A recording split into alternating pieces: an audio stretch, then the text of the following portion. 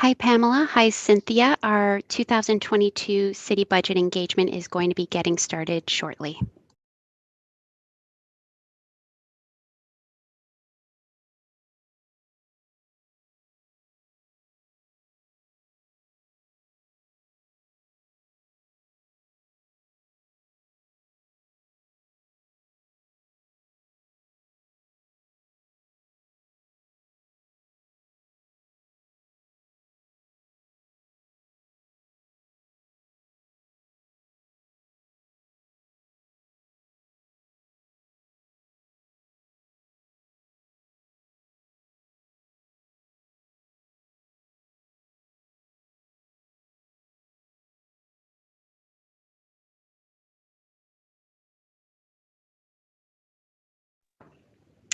Hi, everyone. My name is Julie Leastit, and I'm a communications officer with the City of Kingston. I just want to let you know that our session is going to be beginning at 5:30, so stay close. We'll be getting underway soon.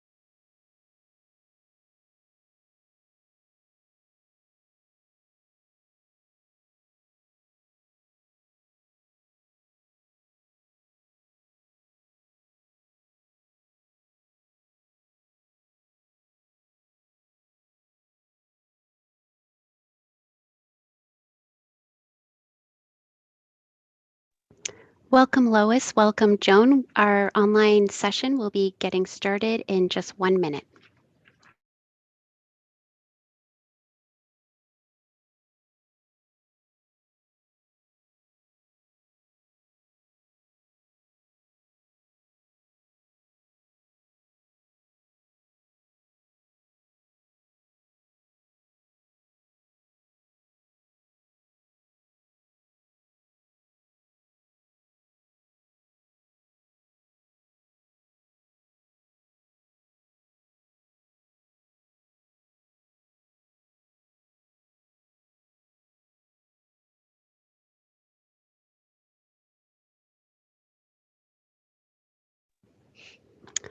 Good evening, everyone. Thank you for joining us for tonight's session on the 2022 city budgets. Joining us this evening is Cataraqui Region Conservation Authority. My name is Julie Leastit. I am a communications officer with the City of Kingston, and I will be moderating this online session. So a few housekeeping items to get through before I turn it over to the project team. This evening's session is live streamed and recorded. Your video, microphone, and chat feature are turned off for your privacy. The number of individuals who have registered for this evening's session is 17.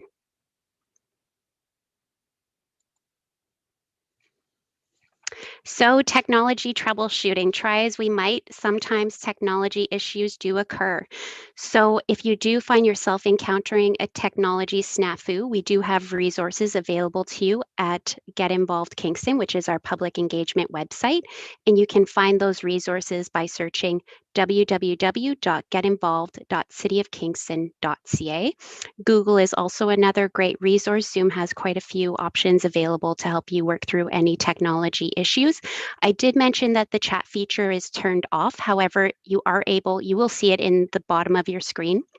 And you are able to type a message in there. And we do have an IT resource person available here this evening who will assist you as best they can, but sometimes it's just best to log off and log back on. If you do find yourself disconnected, you have an internet connectivity issue, we do have a phone number that you can call into on the screen. I would suggest that you snap a picture with your smartphone if that's an option, or otherwise just a pen and paper to jot it down. It is 1-587 328 1099. And we also have the webinar ID available on the screen there, 993 2572 9666. Another option, as I mentioned, we are live streaming to YouTube this evening, so you can always hop on over to the City of Kingston's YouTube channel and follow the conversation there.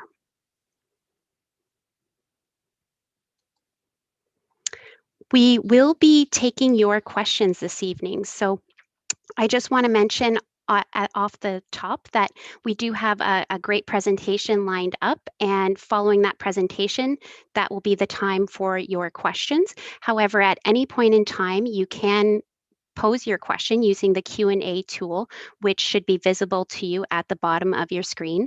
As is noted on the screen, your name and the question will be visible to all participants.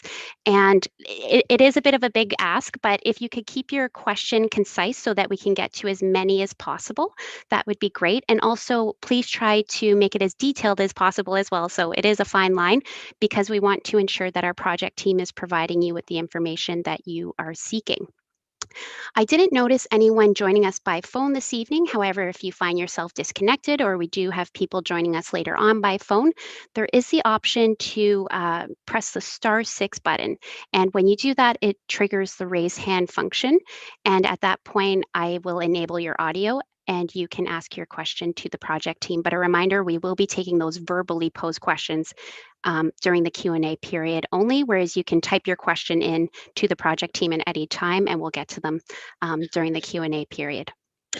It's not noted here, but the other thing I want to mention is that if you are joining us by Zoom this evening, you do have the option to use the raise hand function. You don't have to be joining us by phone to ask a question verbally. You can use the raise hand function and ask your question to the project team that way as well. The Q&A responses will be shared in the reporting back document from the project team. And I just want to remind everyone that this online session this evening is part of a larger engagement. We have a survey open on Get Involved Kingston, and it is open until 4 p.m. on August 9th. So if you have not already completed the survey there, I invite you to do so, and to invite others in your network to also complete the survey. On the screen before you now are the city's guidelines for participation. So my question for attendees this evening is there anything additional you would like to have added to the guidelines for this engagement session? To confirm that everyone agrees with these guidelines, we would ask that if you are not in agreement, please raise your hand using the raise hand function. So again, you would find that at the bottom of your screen, and if you're joining us by phone, it would be the *6 button.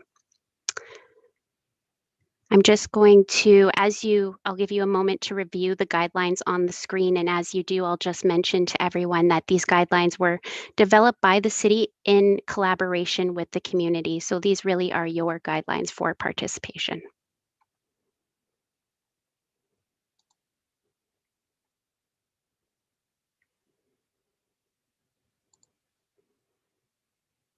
Okay, thank you, everyone. Seeing no hands raised, I am now going to pass the presentation over to the city's Chief Financial Officer and City Treasurer, Desiree Kennedy. Thanks, Julie Lee, and welcome everybody to our second of 4 city budget virtual sessions. We're looking forward to the conversation and the presentation tonight. As some of you know, we changed the format a little bit from those that attended last year. We had a very broad budget session, and this year we've actually have 4 different sessions that are happening on Monday nights throughout July that are focusing on very specific service areas. And one of those service areas is the Cataraqui Region Conservation Authority, which is one of the agencies that the city does fund. And we're fortunate tonight to have Katrina Furlanetto with us. Katrina is the General Manager of the Cataraqui Region Conservation Authority, and in a moment I'll be turning the mic over to her, and she'll be providing us a little bit more information about her agency and the role with respect to how the city funds that. I'd also like to introduce Lana Folds. Lana is our Deputy Treasurer at the city, and she's also joining us here tonight on the call. So in terms of what you're going to hear tonight about the Conservation Authority, next slide, please, Julie Lee.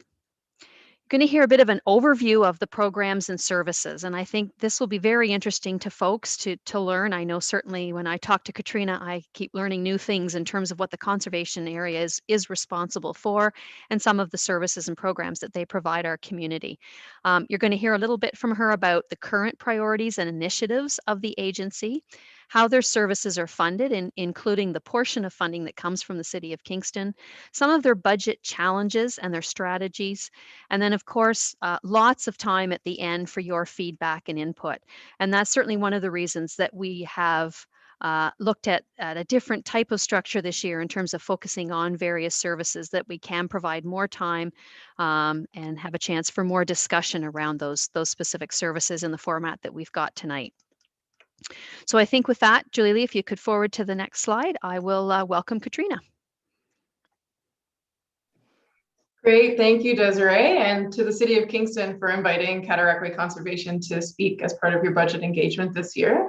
So as Desiree said, my name is Katrina Furlanetto, and I am the General Manager of Cataraqui Region Conservation Authority. So before we get started, I just wanted to provide a background on our jurisdiction and who we are. So Cataraqui Region Conservation Authority is a community-based environmental agency that was created in 1964 by the province of Ontario at the request of our local municipalities. We work with 11 municipalities across a jurisdiction that's just over 3,800 square kilometers and ranges from the town of Greater Napanee in the west to the city of Brockville in the east. As you can see, it's quite a large area with over 100 kilometers of Lake Ontario and St. Lawrence River shoreline, over 200 inland lakes and watercourses, and we own just over 4,700 hectares of property, which includes 11 conservation areas, as well as we manage 10 water control structures within our inland lake system.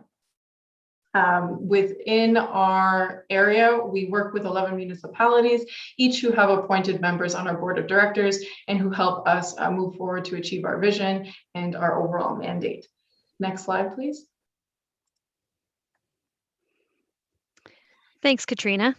So I think folks would be really interested to know what types and levels of services that you provide the community. You certainly got a broad jurisdiction, and I know you're a busy person, so I know there's a broad level of services as well. So perhaps you could give us a little bit more detail on that. Sure, thank you. So as a conservation authority, we're one of 36 across the province, and our mandates are to protect people, property, and environment through natural resource management. And we do that through multiple programs and services, which we have grouped for this evening into 5 main services, as you can see on the screen. For more statistics and metrics on how these services run within our organization, I encourage you to check out the link on this slide, which is on our updated website, and we provide an annual update on those programs and services. But if we could go to the next slide, I'll start walking through each one individually. So we'll start with natural hazards. So this service pertains to a lot of the legislated requirements that we perform, such as managing droughts and floods and erosion across the jurisdiction. So you may have heard of our flood forecasting and warning program and our low water response program, which are often very busy as we can have both a flood and a drought sometimes in the same year. Within that particular program, we also manage the water control structures, as I mentioned earlier. And we perform studies to help us understand climate change towards mitigation efforts. Within this particular service, we do a lot of education on these hazards, especially on a property specific level. And we are working towards completing floodplain mapping to help with our regulatory role as an agency. Moving on to development review, we have a role under provincial regulation to provide land use planning services to our municipalities. So we often comment on planning documents such as official plans, zoning bylaws, etc. And we provide land use planning with a natural heritage lens, as well as a stormwater review to assist with those applications as part of the planning process under the Municipal Act. In addition, under Section 28 of our Conservation Authorities Act, we provide permitting for development on a property level scale, both for upland and shoreland development within the confines of our regulation. And we provide enforcement and compliance efforts to ensure the intent of the province is being met across the landscape. Moving on to watershed monitoring and source protection, we complete a lot of water quality and quantity monitoring efforts, which includes both surface water monitoring as well as groundwater. We work with community groups and stakeholders, such as our Source Protection Committee, which works to create policy to ensure municipal drinking water systems are protected, and has representatives from multiple industries across our jurisdiction. We then use the data that we collect, and we maintain that, analyze it, and report on it to the best of our ability. Most of those resources are on our website, so I encourage you to go take a look. And then we look at trends and provide high-level overviews of the health of our watershed so that we can report to our municipalities and the province as well. Next slide, please. Moving on to conservation lands. For this particular service, it's twofold. We are land stewards, and so we manage the properties that we own, all 4,700 hectares of them, as well as we have specific areas such as our conservation areas where we have trails for recreational purposes. So we do have recreation management, trail maintenance, and as well as asset management on these particular lands. We have multiple facilities that we take care of, and we have multiple infrastructure such as bridges across our trail systems. We work both to conserve the natural heritage and the ecology of our particular areas, and we have multiple friends groups and community partners that we work with to ensure that we not only can conserve, but provide meaningful experiences to members of our community. And then we move on to education and public programs. So many of you are probably familiar with our Maple Madness or our winter recreation programs that we offer, and that's only a subset of some of the programs available. Over the course of the last year, we have had to adapt to some of the difficult environments because of the pandemic. And so we're now able to offer virtual and in-person learning to groups of all ages, which we may not have done as much in the past. So we offer forest therapy opportunities, we offer classroom learning, and then we also offer other educational opportunities to a broad range of audiences about our programs and services, about conserving the natural environment, and about teaching our community how everyone has a role to play in protecting our ecosystems. And we'll continue to adapt those programs as we need to, and hopefully be able to offer that broad suite across our watershed community. Next slide, please.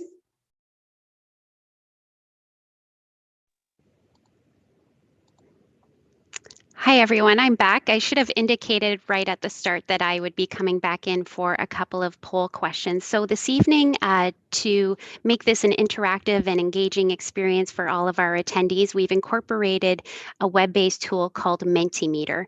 And this is a tool that we can use this evening. However, it should not be seen as a barrier. It is really just a fun element to add to tonight's session. So if you are willing and able to, I would invite you to open a new window in your browser or using your smartphone, should you have one handy, and I think many of us do these days. Type in menti.com. So that's www.menti.com, and the code for this evening's session is 60572269. You'll be prompted to enter that code, and then you'll have a question appear on the screen before you, which is, what area would you like to see the Cataraqui Conservation focus on? So they are ranked. You'll be asked to rank them. So the first one is natural hazards, the second, development review, the third, watershed monitoring and source protection, the fourth, conservation lands, and the fifth, education and public programming. So those services that Katrina just went over for us. So the responses are coming in, and I will let you know. So I didn't let you know at the start of the session that we were going to be using Mentimeter, but spoiler alert, we're going to have one more poll in the session, and it's going to be immediately following this one. Okay, so I see that watershed monitoring and source protection is coming in first, followed by natural hazards. And development review and conservation lands are neck and neck there. And fifth, education and public programming. So I'll just leave it up for a few more seconds because I do see live before us, the results are changing. So we have conservation lands. I'm not even gonna try to interpret these results because they're changing so rapidly, but we see that conservation lands has moved up to second place with natural hazards falling to third and development review in fourth. Okay, this is great.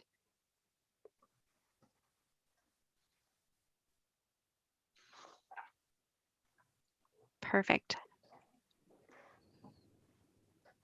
So I believe we have all of our results in at this time. So it is watershed monitoring and source protection at the top.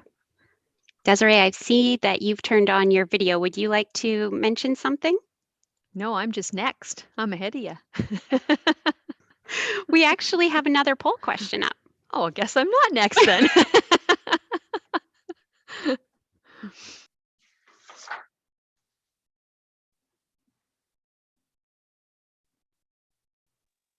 There we go. So as I mentioned, this is our second poll of this evening, the second and final. And the question, this is going to generate a word cloud. And the question that we're looking for attendees to answer this evening is there an area that was not listed on the previous slide, so those 5 service areas, that you would like the Cataraqui Conservation to focus on? So that is a big question. So if anything pops into your mind, just enter it in at menti.com, and a reminder that the code is 60572269. And I'll just give folks a moment to do that, and we'll see if the screen populates with some responses.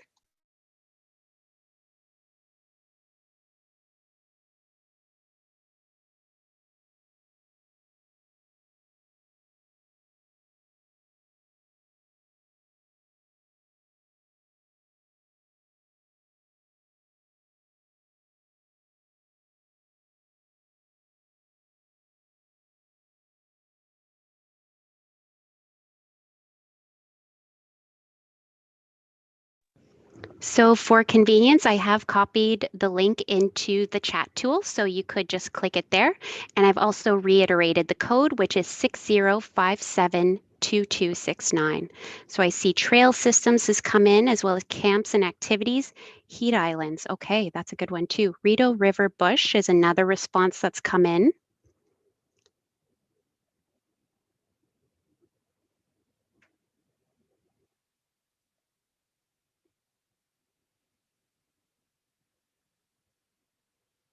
So with heat islands, Katrina, would that be in urban areas where those green spaces could provide some relief to residents? Is that what that would be getting at? Yes, that would be my interpretation, is just to be cautious of the urban environment and how it interacts with the natural systems. Okay, perfect. Thank you. And thank you for that response. Thank you for all of these responses. So we do have a big presentation in only an hour together. So I am going to advance to the next slide and turn it over to Desiree. Thanks, Julie. Now it's my turn, right? That's what I get for trying to jump ahead. So thanks, Katrina, and thanks everybody for those responses. I think that's some great feedback for us already tonight. So just thinking about the agency and some of your current priorities, initiatives, and I'm sure managing community priorities like any city department is a challenge. Probably been more of a challenge over this last year and a half, I'm sure, in terms of the pandemic and some of the responses to that. But perhaps you could give us a bit of information as to what the agency's current priorities and initiatives are going forward. Sure, thank you, and great question. So we're really looking to create a resilient and sustainable organization as we move forward to address some of our challenges on the landscape. And to do that, we're looking to implement a strong compensation plan to attract and retain our professional staff we wouldn't be able to do what we do on the landscape and work with the partners to do the work without a staff that is dedicated and willing to fulfill the mandate of the Conservation Authority. So we're working to build in competitive and fair salary ranges that include cost of living increases, as well as maintaining a safe workplace for them to do the really good work that they do. So that moves me into our next priority, which is our administration facility located at Little Cataraqui Creek Conservation Area has come to the end of its life span. So over the last several years, we've been doing an analysis to determine the future of that space. And earlier this year, our board of directors had approved that we will be moving away from that facility and will be working with the County of Frontenac to lease a space within their facility. So we will be doing that over the next year and a half, and have worked with our municipalities to determine a long-term financial plan on how to make that viable. As an organization, we always look to internal processes to ensure that we are doing the best that we can to provide a high-level standard of service at both effective and efficient ways. So reviewing processes and internal workflows.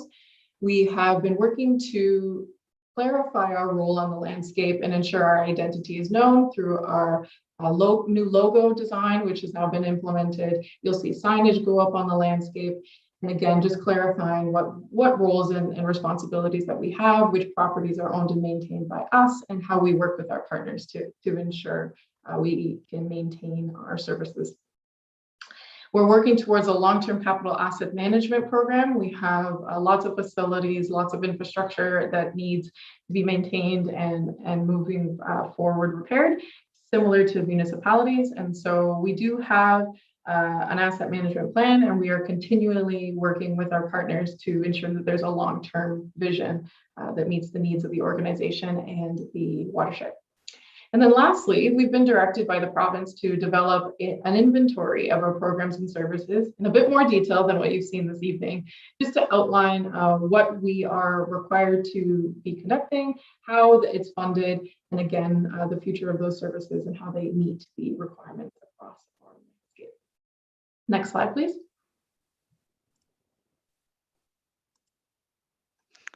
Thanks, Katrina. So we can't have a budget session without talking about numbers, and I'm sure a lot of folks would be interested in knowing what it costs to provide some of these services and how you fund them. So perhaps you could give us a bit of a picture as to what your operating and capital budgets look like. Sure. So our operating budget is just over $5 million and includes multiple arrays of programs, as I've mentioned. The main revenue sources are listed here on the screen. Primarily, we are funded through municipal levies, so that gets divvied up across the 11 municipalities that we have within our jurisdiction, as well as we do charge fees for some of our services and receive grants from the province, the federal government, and external opportunities that we're able to partner with. Next slide, please. So if I focus on the operating budget, I've walked through a little bit of our revenues just briefly, but as I mentioned, the City of Kingston is one of our 11 municipalities that contributes to our levy. It is our primary municipal funder, as you can see on the screen. And we work with the city to manage properties within their jurisdiction, as well as support the many ongoing programs and services that we have. We are organized in 4 main departments, which you can see on the pie chart on your left-hand side of the screen: General Manager's Office, Corporate Services, Conservation Lands, and Watershed Planning and Engineering. And each one of those is broken down into its own specific operating budget. To then support our capital program within our operating, we have developed reserve transfers, which we then budget for so that we can continue to support our reserves to ensure that our capital programs can continue and projects on the landscape can be fulfilled. For more detail on our actual operating budget in a little bit more detail, you can see it on our website. The link is there, and we provide an explanation of all of the different sources that you can take a look at. And if you have any questions, just reach out and I'm happy to provide more information. Next slide, please. So in focusing on our capital program, as I mentioned, we have reserve transfers that are built into our operating budget, which then help to form our reserves. And most of our areas in our business do have a reserve that they rely upon. And the many programs or projects that we do build into our capital, we then budget accordingly based on the sustainability of those reserves. And that's something that we're working on increasing in the future. On our website, you will see that there is a 2021 capital budget, which includes a fully forecasted and funded 10-year plan. Those projects are based on the reserves that we have to date. We have several projects that are outside of that forecast, which we are working to build long-term asset management plans for and work with our partners to be able to fund the necessary projects such as infrastructure maintenance on the landscape. What you see listed in front of you are the 2021 specific projects. So we were able to add an additional 11 projects this year across the landscape in these various categories to create a total of 59 projects that we have underway based on previous year's initiatives. So again, for more information, feel free to check out our website and ask us if you have any questions. Next slide, please. Thanks, Katrina. So maybe to provide a bit more context around the budget, I'm wondering if you can give us a bit of information about what your current budget challenges are and the strategies that you're using to address these challenges. Sure, great question. So I'll actually ask if you can go to the next slide. Thank you. So some of our budget challenges are listed here. A couple of years ago, the Ministry of Environment, Conservation and Parks began a review of the Conservation Authorities Act, which is our primary legislation. And since then, there have been legislative amendments that have come out over the last year that speaks to changes to our governance structure, as well as indicates that future regulations will be coming out that dictate how our programs and services will be categorized, what can and cannot happen on the landscape, different partnerships that are required, as well as a funding mechanism of how to put them in place. So that review and drafting of regulations is still in place. We have been working with the province to try and understand their intent and be able to deliver on those programs with continued partnerships across the landscape. So until that review is complete, there's still some uncertainty on how our programs and services might look like over the next couple of years. We rely on federal and provincial funding to support many of our programs, and there's always uncertainty on whether that funding will be sustained or whether there is a downward trend in some of those funds. So it's a challenge that we need to deal with, and we're continually working with the province and federal governments on maintaining the current funding model and understanding what the future may look like. As I mentioned, we're working towards a total compensation package, which is to create a competitive, fair workplace for our staff, as well as ensure that we have a future workplace to go to. And so that's something that we've been budgeting into our operating and capital budgets. We are delving into the future of our capital assets. So creating a funding model that makes sense to maintain the many structures on our landscape and ensure that we have condition assessments and the ability to maintain all of the different assets on our properties. And so we're working to try and increase our reserve transfers and build that into our budget. And then lastly, over the last year especially, we have noticed a significant increase in demand for service across multiple program areas within our business. In particular, our conservation areas are receiving a lot of users, which is wonderful. And so we just want to make sure that within our team of approximately 25 staff, that we build the capacity in order to provide those services that both the public and our partners want to see, and that we maintain that high quality service level. And so if we go to the next slide. To do that, these are some of the strategies that we are implementing. So continued community engagement and education on our programs and services and ways that we can partner to achieve very similar goals across the landscape, especially with other environmental agencies, not-for-profits, and our municipalities. We're continually looking at our internal capacity and program review, again, to make sure that we can meet the requirements that are expected of us and that we can keep that high quality service level for our partners. We will be undergoing a more formal exercise for strategic planning, and we'll be engaging the community on some of those efforts. We have begun multi-year forecasting, which has been really helpful to the city, as well as some of our other municipalities in terms of planning some of these major initiatives that need to happen over the next several years. We continually look for external funding sources. Unfortunately, conservation authorities aren't always eligible on our own, but we are eligible as a partner. So we are very thankful for all of our different stakeholders for reaching out to us and being creative in terms of how we can achieve very similar goals across the watershed. And we are continually looking for efficiencies, looking for those collaboration opportunities, and again, trying to increase our reserve contributions wherever possible to ensure that we have a sustainable capital plan moving forward. Next slide, please. Okay. Perfect. Thank you, Katrina, and thank you, Desiree, for that back and forth. It was very engaging. And we have now arrived at our question period. And just a reminder to everyone joining us this evening that if you have a question for Katrina or Desiree, the project team, you can enter it using the Q&A tool that you'll find at the bottom of your screen. You can type it in. You also have the option to use the raise hand function on Zoom. And I will enable your audio and you can ask your question to the project team verbally. The other option available to anyone joining us by phone is to press *6, which triggers the raise hand function. And again, I would enable your audio and you would be able to ask your question to the project team. So before we get into your questions, I see there are a couple that have come in during the presentation, and just an invitation to others who have not yet posed any questions to enter one now if they so choose. Before we get to them though, I'm going to turn the presentation back to Desiree Kennedy just for a moment. Thanks, Julie Lee.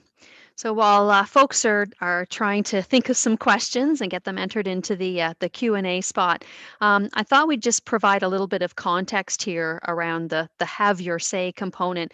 And this comes from the culture we have at the city around continuous improvement. So one of the things that we look at when we're talking about budgets and we're talking about services and service levels, first is the effectiveness of the services and service levels. So in that context, when you're thinking about the Cataraqui Region Conservation Authority, is the agency providing the right level of service or the right service at the right level?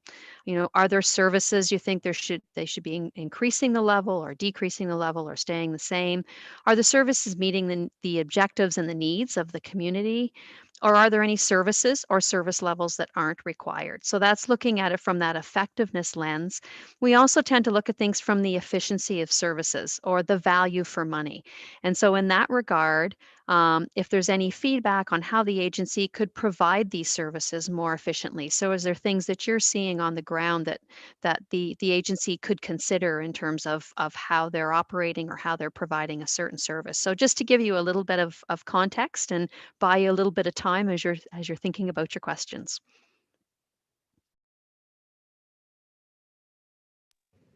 Perfect. Thank you for that, Desiree. And I'm actually going to leave that slide on the screen. And it's just not to replace any of the great questions that have already come in or that will come in, but perhaps to inspire some additional ones that our attendees might have to contribute.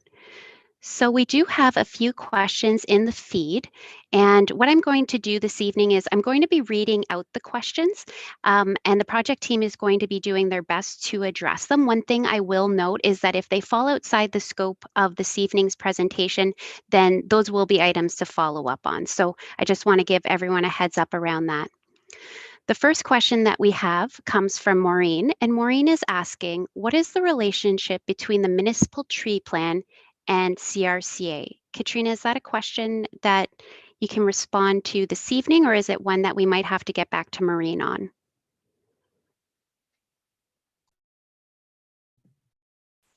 Yes, thank you.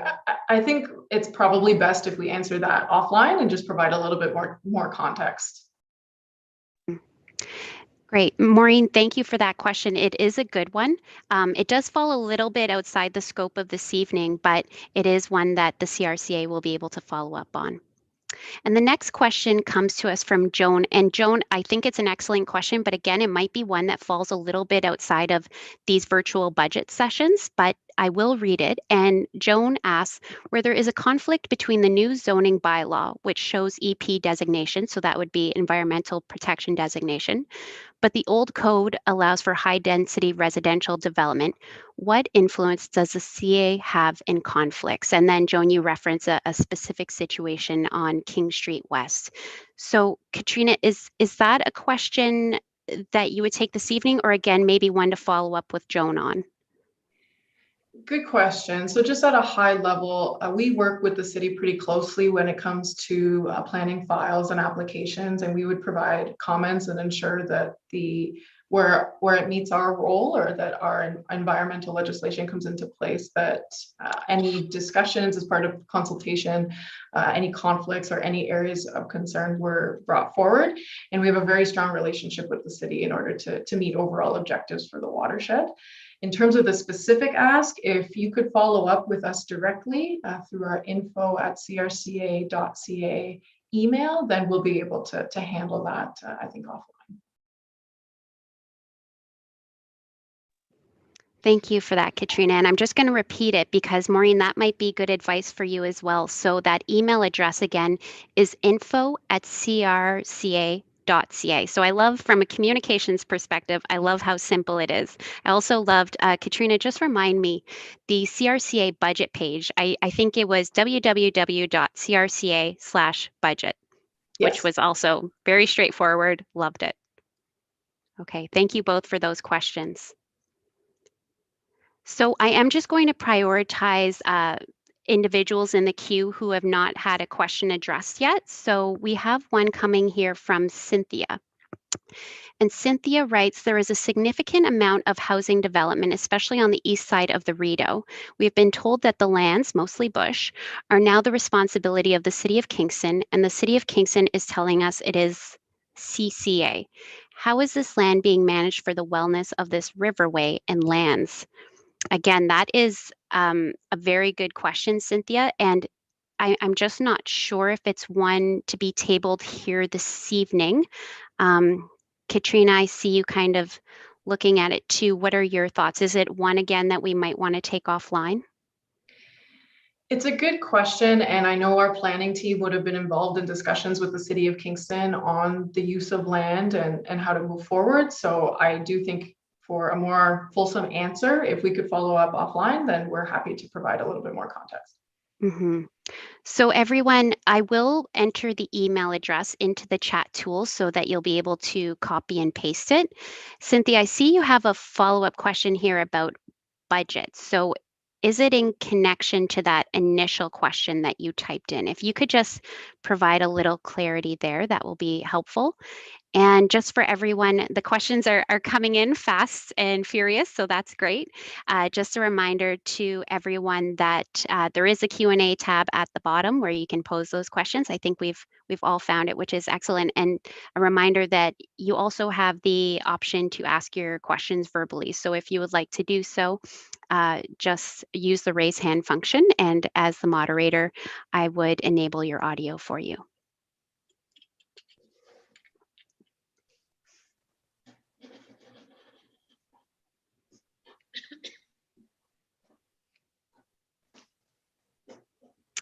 Okay, so we have a question coming in from Kyle, and it's again specific to a council meeting, in fact. And Kyle says, in late 2019, Loyalist Cataraqui District Councillor Simon Chappell asked the city to ask the CRCA and other agencies to conduct a study of groundwater vulnerabilities in the rural parts of the city. Was the CRCA able to conduct that study? So before, again, this is another excellent question, but it is a little bit outside the scope of this evening's session. So we really are, and there's answers to all of these questions, but this evening, I think our intent is really to come together and look at the CRCA budgets and the services that they are providing and the service levels. So while all of these are great questions, just for the purpose of this evening, if you could also give some thought to those other pieces that we're exploring this evening, it would be much appreciated. But again, these are excellent questions that are coming in, but just a little bit outside of the intention set for this evening's presentation and engagement. So Kyle, that is a question that I think could also go to info@crca.ca. And again, I am going to be sharing that email address in the chat tool. Yes, I recognize you, Desiree.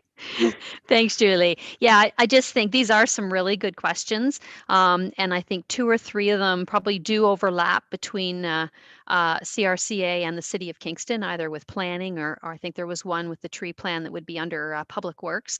So I think, as you said, if these questions can go through Katrina will certainly bring in the city departments that are relevant in terms of the responses if we need to. And then I would suggest, if these are more specific questions, we'll deal with them offline. If there are any that really do kind of overlap into the budget, then we'll make sure that we have those available on the website in terms of those responses. So we certainly will make sure that we do get responses to everybody for the specific ones and the couple that are maybe a little bit more general. Thank you, Desiree. So Maureen asks a very fair question, because I know that we have been saying it's outside the scope, it's outside the scope, and they're all excellent questions. And as Desiree mentioned, they do involve both the city and the CRCA. So an example of the type of question, I guess, it does go back to you truly, but it is a financial services engagement session. And so, the focus, actually, if I could have Desiree come back on and just, the focus of this year's engagement, and maybe speak a little bit to what we have outlined on the screen as well. Thanks, Julie. So, and that is a good question in terms of an example. And budget is such a broad topic, and a lot of things can fit underneath that. But I think tonight, in terms of, from my perspective, in terms of what we're looking for from folks, when you think about the city's budget, and as Katrina laid out, that the city funds about $1.6 million each year into the Cataraqui Conservation Authority budget as part of their $5 million budget. And so it's really thinking about the services that our residents are getting for that. And Katrina did a great job of summarizing those services and some of the programs that CRCA provides. So it's thinking about those tax dollars that are going into that, and are we investing that into the right services? Are there some that you think the CRCA should be investing more dollars in, or the city should be investing more of your tax dollars in, or less of your tax dollars? Or when you think about, for those that have perhaps used some of the services of CRCA, are they providing efficient services? Are they meeting the objectives of the community and your objectives of what you would expect from the services? So just to give you a little bit of an idea in terms of things that you might want to think about, and what we were hoping to get back in terms of feedback tonight. And Desiree, I've just been going through the questions, and there's one here from Chris. And Chris writes, there are reports that the provincial government wants conservation authorities to focus on core activities. How is this likely to affect trails and facilities provided at conservation areas, which have seen more and more public use over the years? So I think that does get at a budget question. So Katrina, would you be able to answer Chris's question? Sure, yes, and thank you for the question. So as you mentioned, the province has put forward some legislation that does talk about core mandate. And so moving forward, starting in 2022, different partnerships would need to be formulated through agreements to continue operating our trails and our facilities as part of our capital asset management.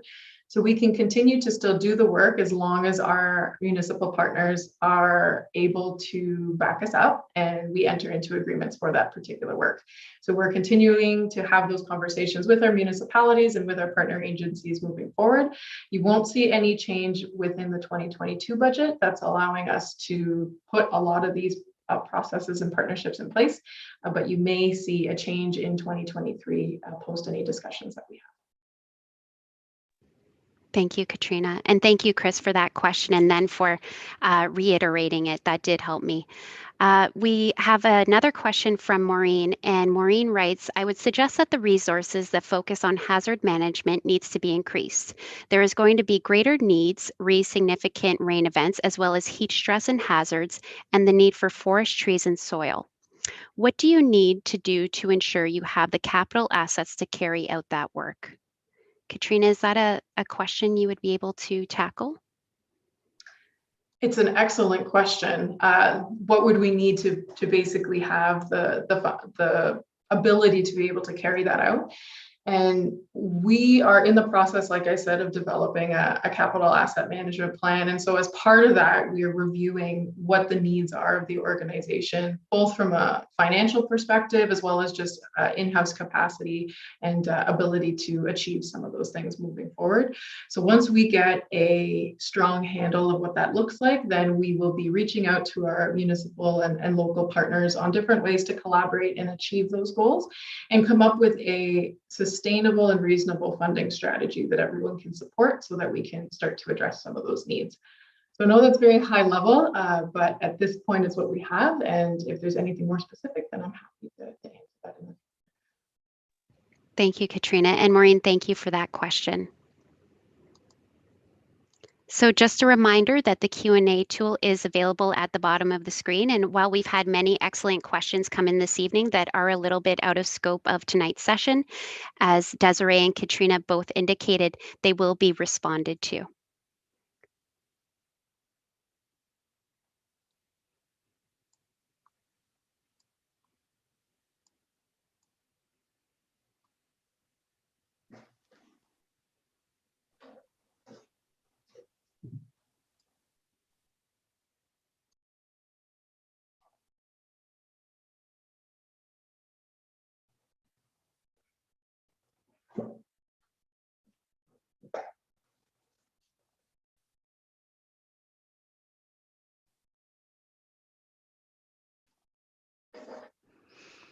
Julie, maybe I can just jump in here while folks are thinking if they've got any last questions. I noticed that a couple of the questions that are around changes that are coming. There's some legislative changes, as Katrina has mentioned, and so one of the things that might be important too is just the budget development process that happens between CRCA and the city. So as folks may or may not be aware, particularly for our operating budget, the city does do 4-year projections. So we take the current year that's going to council for approval, and we have 3 years of projections as well that the departments and the agencies work on. So we do ask our agencies as well to provide some of that projection information for us in terms of what they think they might be bringing forward as a budget request for the following 3 years. And one of the reasons that we do that is because we know that some of these changes are coming down the road. And so it allows us to build those changes in, and whether it's within our own departments or whether it's one of our agencies, we can at least have an outlook as to where some of these challenges might be coming down the road, and gives us a little bit of time, buys us some time to figure out how to deal with those changes. So if we know down the road that CRCA may need something more than perhaps an inflationary increase because of a change, it's something we can identify fairly early on, and then we work with Katrina and her team in terms of what that might look like. So just thought that might help folks to kind of understand the context of how the two work together between the city and each of the agencies that we do that with. One question I just wanted to go back to as well was from Cynthia, and it was a very specific, situation, the east side of the Rideau, but there was a question about the land being managed for the wellness of the Riverway and lands. And then the follow-up question that Cynthia had was, is there budget to support that? So Katrina, does the CRCA have budget to manage the wellness of Riverway and lands?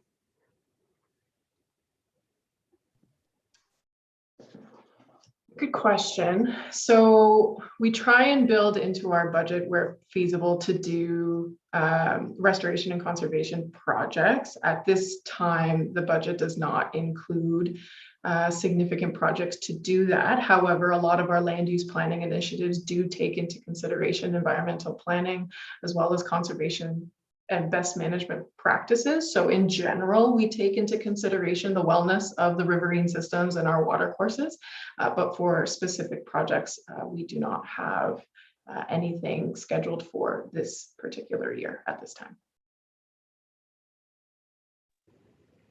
Thank you for that answer. And Cynthia, thank you for that question. I just want to go back. Maureen had asked about the hazard management and the need to support that financially. And she had a follow-up question to that, and it was, so the city contributes levies to support this work. Do we anticipate any change from the Kingston municipality regarding these levies? Now, I'm not sure if that is a question for Katrina or for Desiree. So I can start. The levies for municipalities are, the apportionment anyway, is determined by the Ministry of Environment, Conservation and Parks. And the way that that's been set up in terms of our governance structure, to my knowledge, is not changing. However, the province is reviewing regulations, one of which will speak to municipal levies, how they're apportioned, how they're determined, and what they can go towards. I'm not sure where in the process the province is, but once that is released, we'll be able to digest the information and then work with the city on how that may impact their levy moving forward.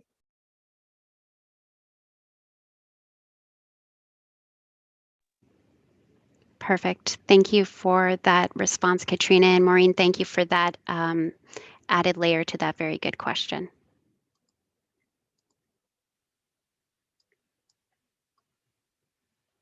Perfect. So we're at 6:22. So there is another minute or so to get your questions in if there are any other questions that you have. And again, I just want to reiterate that some good questions have come in this evening that while they fall outside the scope of this evening's engagement, city staff and CRCA will be working together to provide answers. So for example, Kyle, the question you pose about the CRCA and the groundwater vulnerability study, that's a question that the project team involved in that work will be able to get back to you on, and we'll make sure to make that connection.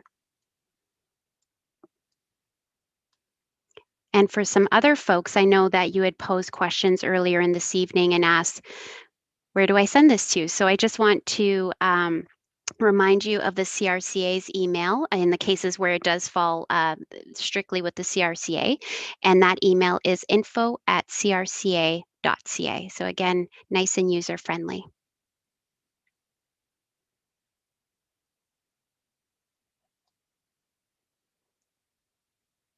Okay, there is one final question here from Maureen, and it's back to the levy piece.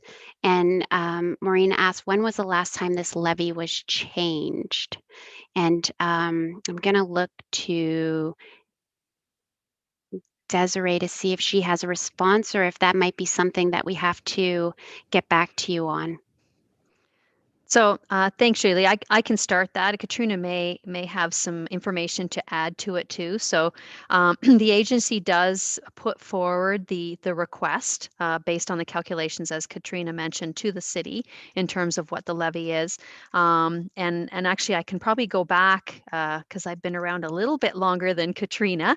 When her predecessor had come to CRCA, one of the things that the agency looked at the time was setting up some of this asset management planning, setting up the capital reserve models, and trying to really get a handle on what that investment needed to be.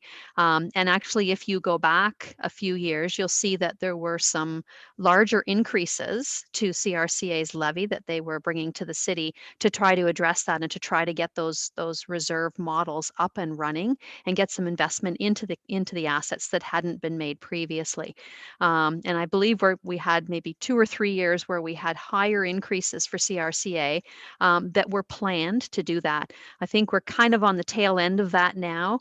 And going forward, I know we do have, as I mentioned, we've got 3-year forecasts that are more in line with with inflation, with a CPI calculation for our forecasts. But that's a good example of how using the multi-year funding and working with the agencies when we know there are specific things that we might need to address and may need to have an increased investment, then we can build that into the forecasts and we know what's coming. So that's a little bit of a history lesson on what's happened over time, and I think where we are now in terms of what we've got in our forecast. So Katrina, I'm not sure if there's anything you'd like to add to that. No, I think that's great. And we do work with the city each year to discuss what the year's budget looks like. And as I mentioned, the apportionment and the overall budget structure, we do both internally, and then we're also been provided by the province of Ontario. So I think you covered it otherwise, Desiree.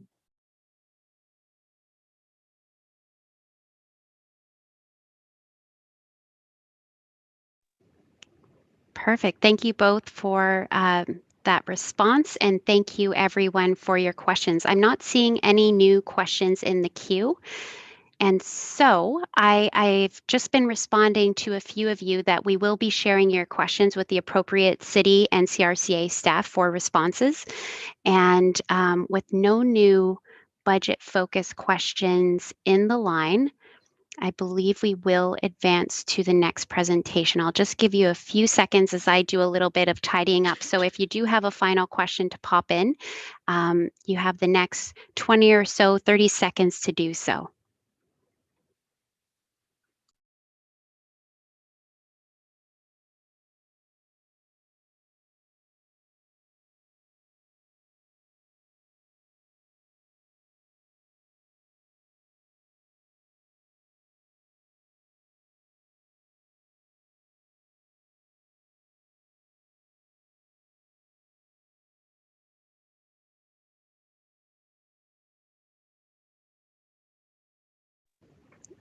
Okay, seeing no new questions in the queue, we will advance to the next slide. And thank you, everyone. It's a Monday evening in July, and thank you for bringing these good questions. And even the ones that fell outside the scope of this evening's session will be answered by city staff and the CRCA in the coming days.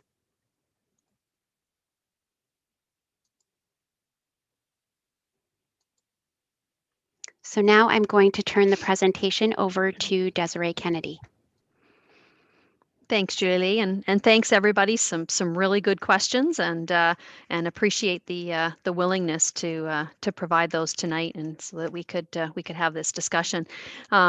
Just in terms of next steps, and I realize we're running short on time here now, so I'll be very quick. But we often get the question of how does the feedback and the input impact the budgets. And so I just wanted to let folks know in terms of what some of our next steps were. Staff will be summarizing all of the input that's received through the budget sessions, so including all of our virtual sessions, as well as the survey and other tools that we'll be using.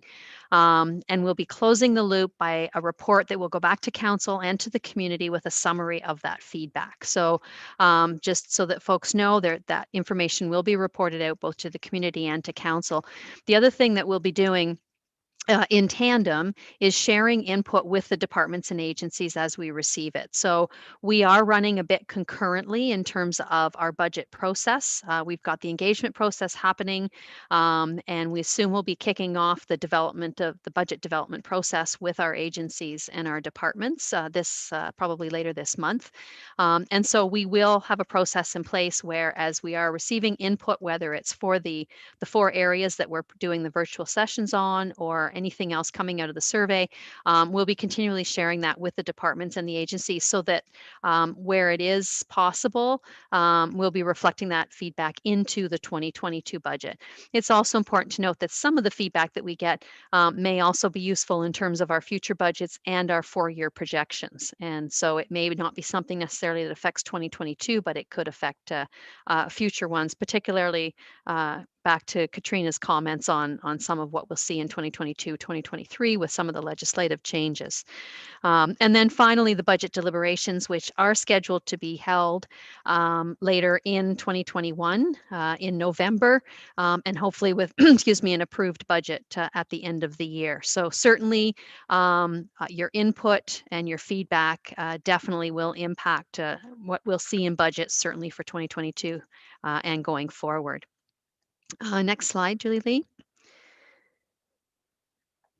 So just to summarize, in terms of what we've got coming up, we do have 2 more virtual budget sessions. Next Monday night, we'll have Chief McNeely here from the Kingston Police to provide us some information on their budgets and some of their services and priorities. And then we'll be wrapping up our 4th session on July 26th, where we'll have Ruth Nordegraff, who's the Director of our Housing and Social Services, in attendance with us. If you'd like to talk about anything in person, and whether it's any of the 4 areas or anything else that's budget related, we will be in Market Square, both on July the 24th and August the 5th. So we'll have our proper social distancing in place, but we're really excited to be back out in person. And we'll be there. We'll have members of the finance team there to chat about all things budget. So come on out. We're hoping for a couple of nice weather days, so we don't have to have umbrellas up, but rain or shine, we'll be there. And if folks want to come and chat about budget. We also have, as Julie Lee said, the survey is ongoing. It's open until August the 9th. You can call our customer service line at 613-546-0000, or you can visit getinvolved.cityofkingston.ca to do the survey. You'll also find on that webpage a number of other tools where we're looking for feedback, as well as lots of resources on the engagement process, what's happening. You'll see some timelines there as we work through some of these things. So I encourage you to take a look at that page, participate in our survey, and a few other things that are happening on that page, and stay with us as we work through this process. So thanks very much, and thanks for your engagement tonight. Back over to you, Julie Lee. Thank you, Desiree. And I would just reiterate again a word of thanks to everyone who attended this evening's session. And we have one final ask for you before you log off, and that is to complete our evaluation poll. So I'm going to give a little indicator to our IT person, to Colin. He has a name, Colin, to launch our evaluation poll. So Colin, if you could please launch the poll, and attendees are going to see before them a poll. And what this is it's a quick poll, and it provides us with valuable feedback to continuously improve our process. So if it's your first online engagement session with the city, then it may be news to you that this is just a process that we undertook last year at the start of the COVID-19 pandemic, recognizing the need to continue on city projects and to continue to engage with our community members. So it is relatively new to us, and we do continuously look for opportunities to improve our process, because it's your engagement and we want to ensure that you're satisfied with it. So please take the time to complete the poll on the screen. We are looking for 100% participation. And again, it's really a report card for us to see how we're doing and where we can improve. So your input is very valuable and appreciated.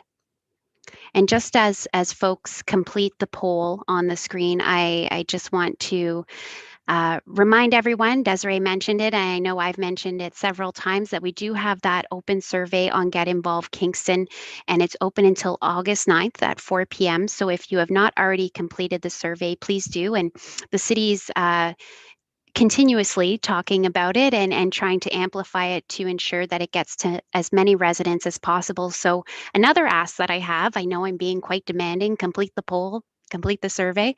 But if you see social media on the city channels about the budget engagement, please share it, and then your networks will see it as well, and it will help get the message out. So I see we have 83% participation. So we're waiting for just one more individual to complete the poll.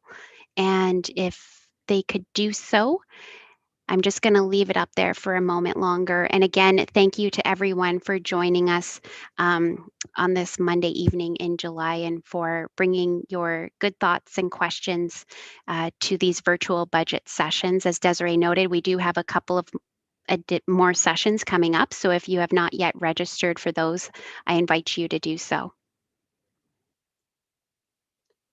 Okay, I think we're going to go ahead and end the poll. Colin, please. And we will also conclude this evening's session. So thank you again to the CRCA for joining us and to all of you, our attendees, for engaging on the 2022 city budgets. It's much appreciated. Have a great week. Bye.